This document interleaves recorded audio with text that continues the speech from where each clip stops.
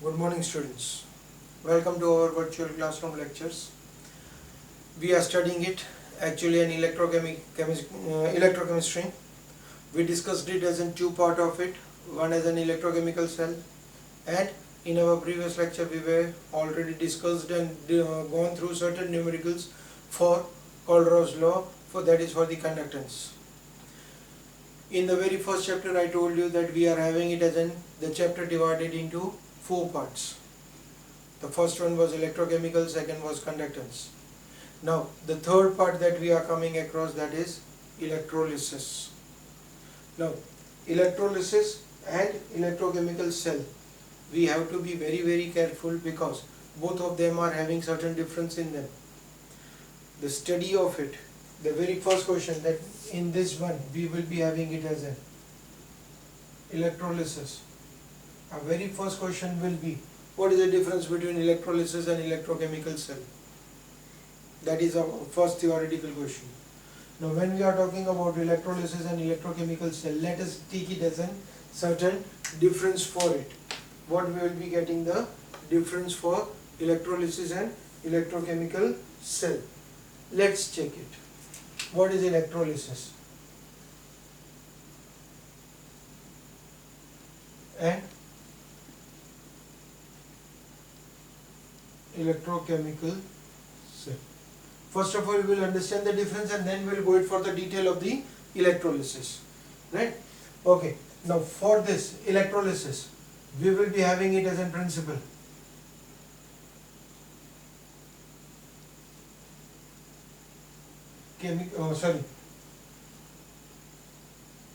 Electrical energy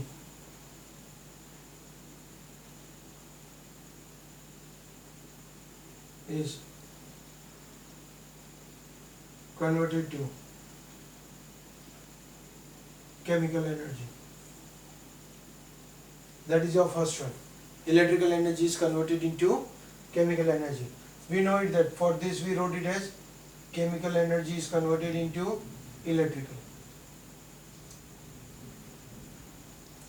For electrochemical cell we wrote it as chemical energy is converted into electrical. Here what we are going to write it, electrical energy is converted into chemical energy. Here for electrochemical cell we wrote it as it's a spontaneous redox reaction. Right? That means the reaction was taking place by itself. The moment we were putting the two rods into the two electrolytes and connecting through a conducting wire, immediately electricity was produced. We don't have to do any kind of an external work for it. Right? So it was a spontaneous redox reaction. Whereas in the case of electrolysis, it's a non-spontaneous.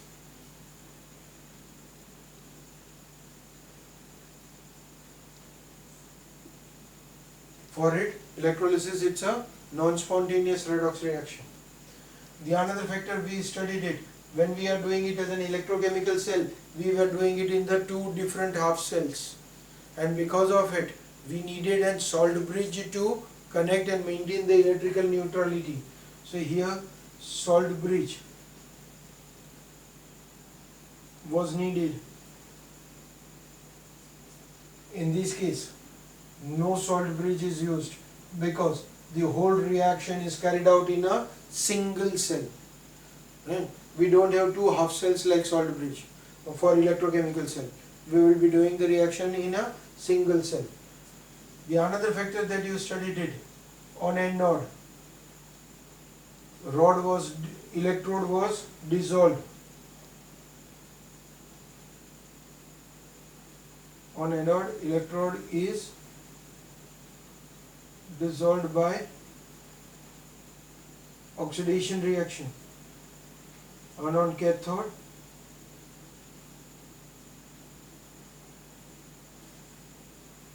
on electrode, deposition.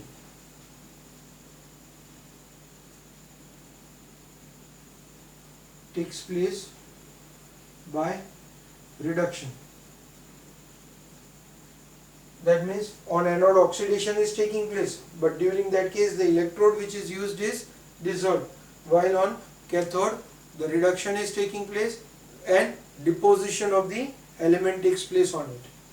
Whereas in this case, in the electrolysis, on the anode and cathode, both, on both anode and cathode, oxidation and reduction takes place respectively at the same time on both the rods.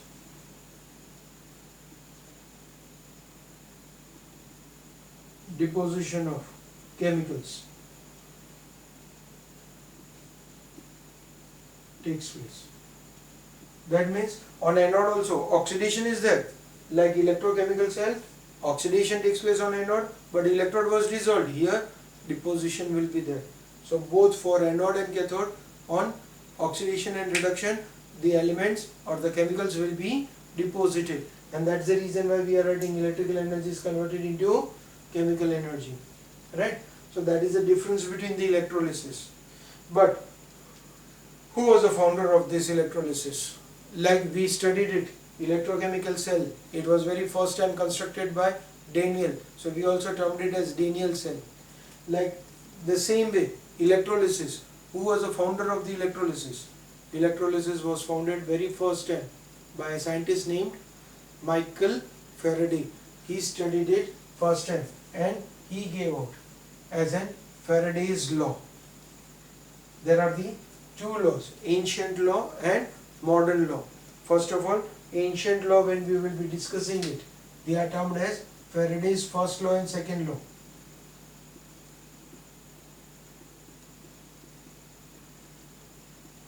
Faraday's first law. What was it?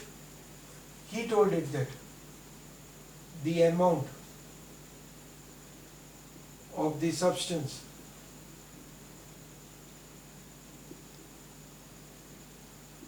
deposited on electrode depends on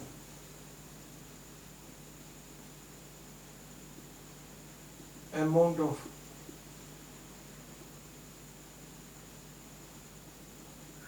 electricity passed through it. So he told that how much amount of the electricity chemical will be deposited. So he told that the chemical deposited or the amount of the compound that will be deposited on the electrodes will depend upon the amount of the current allowed it to pass through it, right? But at the same time, he also gave out Faraday's second law. That was, if I am connecting two different electrodes or three different electrodes or four different electrodes in a series, and I am allowing the current to pass through it, you know it that in the physics you have already studied, when the current is allowed it to pass through in a series, the total amount of the current will be passed through, all of them will be same, right? So that means when I am allowing the same amount of the current to pass through a different electrodes connected in a series, will the amount of this compound will deposited will be same? No. The compound that will be deposited on the electrode will depend upon their equivalent weights. So he told that when more than one electrodes are connected in a series and same amount of current is allowed it to pass, the amount of element deposited on electrode depends on their equivalent weights. What does it mean? Particularly, if I write it as an example, if I am connecting Na, Ag, Mg and Al if I am connecting these three elements in a series, then what will happen? Na actually gets from Na plus plus electron gets converted into Na. Mg plus 2 electron gets converted into Mg. Al plus 3 electrons gets converted into Al. That means the amount of the current required to deposit 1 mole of an element, it's not seen. The amount of the current required, here I can say that 1 Faraday is required for 1 mole. Here we get it as 2 Faraday is required for 1 mole. Here 3 Faraday is required for 1 mole. So that means the amount of the current that is required, it's not seen. So it's given out that the amount of the element that will be deposited depends upon the equivalent weights. The reason is why the word is written as equivalent weight, because we know that atomic weight is equals to 1 mole, that is equals to equivalent weight is equals to atomic weight upon number of electron transfer, and depending upon the electron transfer, this one will be quantity will be deposited. But both these laws are considered to be as an ancient laws. What is the modern law given out? It's given out as the coulomb that is required for it. It's a very simply, it's given out as Q is equals to I into T, where Q is a charge, I is current, which is always measured in ampere, right? Or you can say that it's a watt per volt, that is equals to ampere. You know it, you have converted into the physics, right? And T is in the terms of time, which is taken in seconds. It's a compulsory, right? So that means we will be getting it as Q is equals to current, which is into time, that is ampere into second, which is written as coulomb. It is indicated in the terms of coulombs. So whatever the Faraday gave out, he also gave out the relation 1 Faraday, that is equals to 96500 coulomb. Now this is for mathematical calculation, we are getting it as 96500. Actually, in actual 1 Faraday, that is equals to 96487 coulombs. But for the simplicity of the calculation, it's converted as 96500. So whenever we have been asked as an objective question, what is the value of 1 Faraday? Now they don't want to go it for the calculation, they want exact value, then we will have to write it as 96487. But if we are going it for the calculation, then straightforward you will take it as a constant as 96500. Okay, now this is about the Faraday's law, ancient and modern. Now actually it also depends, the electrolysis of any given compound is affected by the other factors also. It's not only affected by the current that is allowed it to pass through it, but it also is affected by the certain factors. The factors are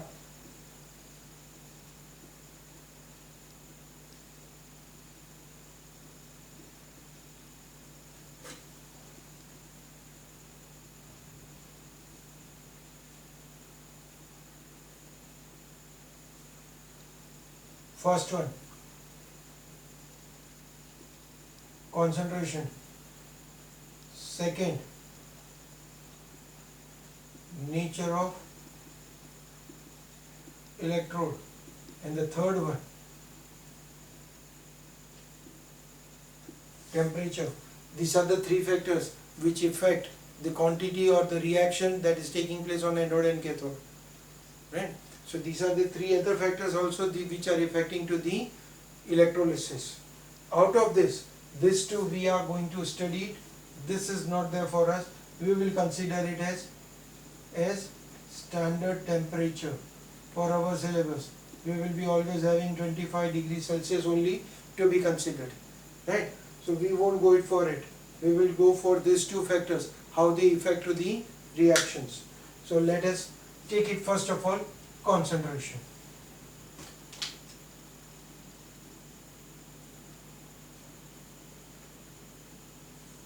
Now, when you are going it for the reaction, you are going to take one single container in which an electrolyte is dissolved, and then the electrolysis is carried out. During that case, positive and negative ions are created as an electrolyte in the solutions. Positive will go on cathode, negative will go on anode. The reason is negative ion is getting reduced, oxidized. Negative ion is getting oxidized and positive ion is going to get reduced, right? But how this concentration is going to affect? So for that case, let us consider that when I am discussing about the concentration, there are the three possibilities that I may be giving to you. One is I am going to give you dilute solution, right? One I am going to give you concentrated solution, or I am going to write it as aqueous solution, and the third factor I am going to write it as molten or fused solution, right?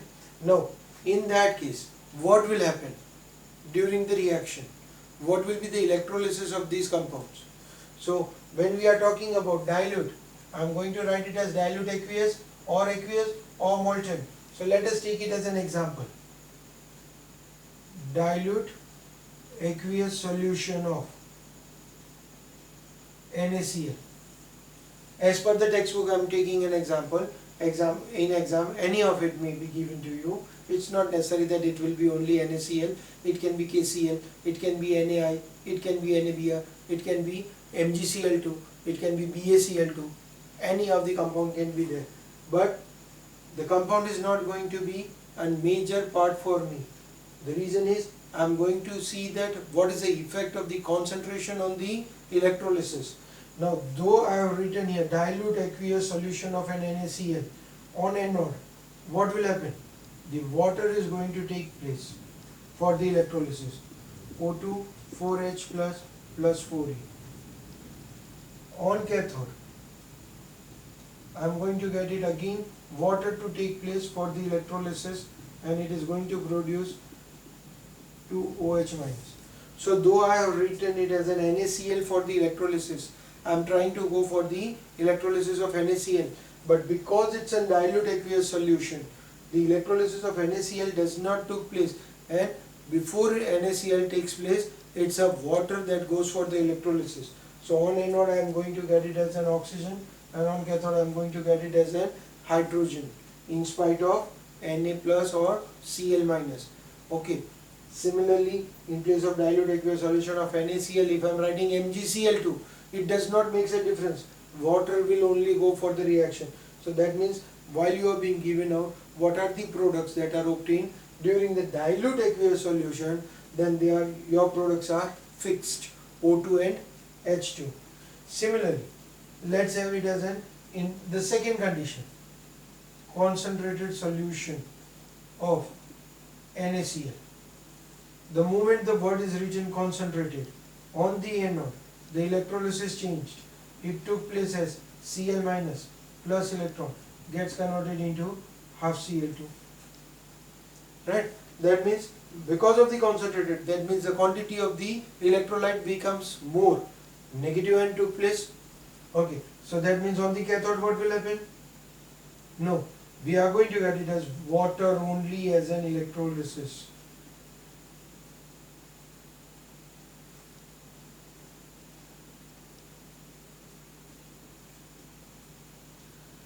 Though it is a concentrated, though this electrolyte has increased in the solution, but the reduction potential of hydrogen is more than that of the sodium. As a result, before it goes, hydrogen goes for the electrolysis. So even if MgCl2 is written, again the answer is going to come out to be same. For anode, we will get the negative, but for the cathode, we will get the water only as an electrolysis. And the third case, that is molten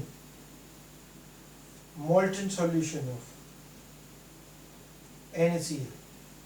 Now, what is the meaning of the molten? It's a paste-like component.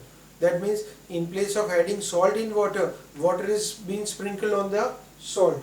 So you will get it as molten solution. In that case, on anode, the reaction will be Cl minus plus electron gets converted into Cl2. and on cathode it will be Na plus electron gets converted into Na, right? So what does it shows? That if your molten solutions are there, then the electrolysis of the salt will take place. But if you are having it as a dilute or concentrated, the salt is not getting completely electrolyzed. Okay. Within this case, one more give reason that we are going to get it from here. That is, in this solution, if phenolphthalein is added, it becomes pink in color. Now you have done it in the 11th standard. We have studied it that in the base, if phenolphthalein is added, solution becomes pink in color. Now where is it? What will happen? Here, your OH minus is produced, and from the solution, Na is left out. So Na plus of the solution reacts with OH minus to produce NaOH in the solution, and because of this NaOH present in the solution, a drop of phenolphthalein will make the solution pink in color. So that can be your one of the give reason also. As well as you can say that by the help of electrolysis we can produce NaOH, KOH or MgOH, or we can produce hydroxides of different metals, right? So that can be one of the process that is being used. Okay, now this is because of concentration. Let's go it for the another one, that is because of nature of electrode.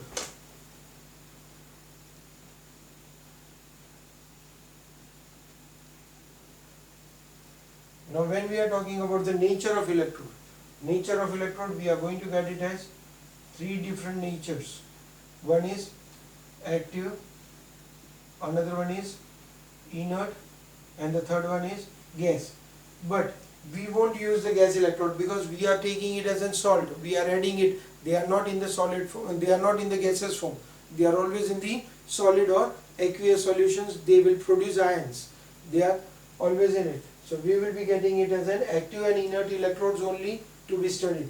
Gas electrodes never will be utilized for electrolysis. Gas electrodes are never used. Okay. Now active means what? They themselves take part in reaction. So in that case, if I take it as an CuSO4 using Cu, or if I am using it as an AgNO3 using Ag as an electrode, or you can say it that NiSO4 using Ni. That means whatever the electrolyte is there, same electrode is used. We will consider it as an active electrode. During this case, what happens? On anode, your electrode is going to dissolve itself, and on cathode, the same solution is going to get deposited again. So you can say that if I would have taken impure electrode, deposition of pure metal would have taken place. So you can say that this is a particular method used for purification of metals using active. Whereas in the case of inert, means you will be having it as in CuSO4 using PT. That means the electrode is different, electrolyte is different. In this case, what will happen? On the anode, the reaction won't take place of the platinum. It will be the water that will be going in for the electrolysis. O2 plus 4H plus 4E. Whereas on cathode, the deposition of the metal from the electrolyte takes place. Right? So what does it show? That during this case, you are going to get it as an H plus produced in it, and your negative ion is going to remain within the solution. So that means it is going to produce acid. So by the help of the concentration, we saw that we can produce base. By the help of electrodes, we can produce acids. Right? In this case, if I say that a drop of methyl orange is added, it will become yellow in color. Right? So that is because of acid formation. But active electrode, it's a more useful to convert from one impure metal to pure metal, whereas inert is used to go for electroplating. This is for purification of metal. This is a particular process used for electroplating of metal, right? So that is about related to the electrolysis. Okay, this was your theory part. In our next lecture we will be discussing certain numericals based on it, right?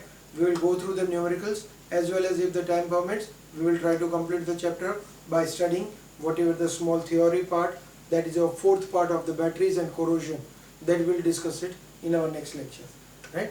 Thank you for it.